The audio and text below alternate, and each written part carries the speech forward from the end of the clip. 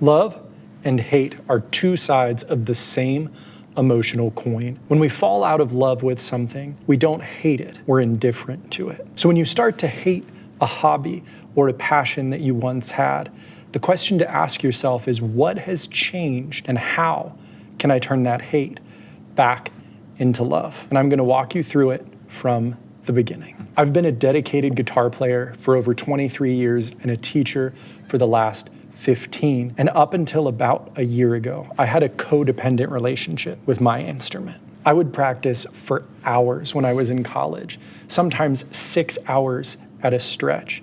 But I wouldn't bounce into the practice room excited to play. Instead, I would be filled with shame for where I was at, fear that I wouldn't get any better, and worry that I would stay stuck where I was. The reason that my love turned to hate is because I stopped playing guitar for the enjoyment and instead focused on getting good. Now, the problem was twofold. First, I was no longer playing for the joy of making music.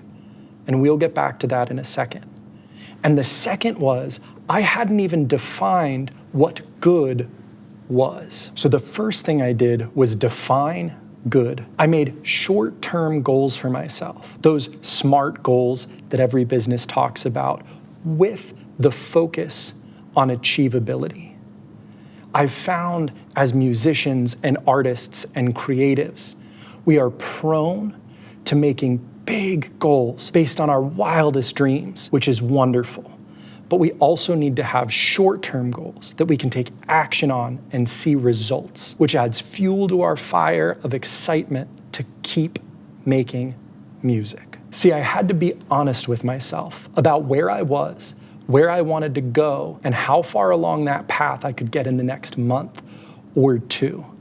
And I still do this to this day. Back to playing guitar for the joy of making music. I would start every practice session by closing my eyes, breathing deeply, holding the guitar, and remembering myself as a little kid, so excited to be playing my instrument. I was 12 years old in the 6th grade, playing upright bass in the school orchestra, and that first day we put the bow on the D string, boom.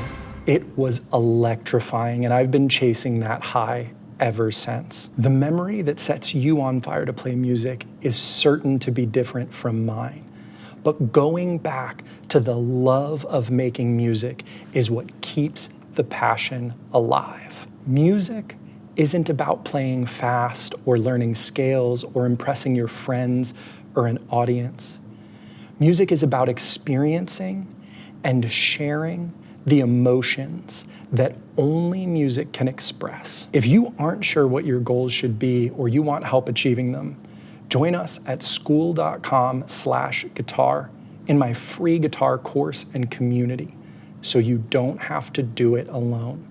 I'll leave a link in the description and I'll see you inside.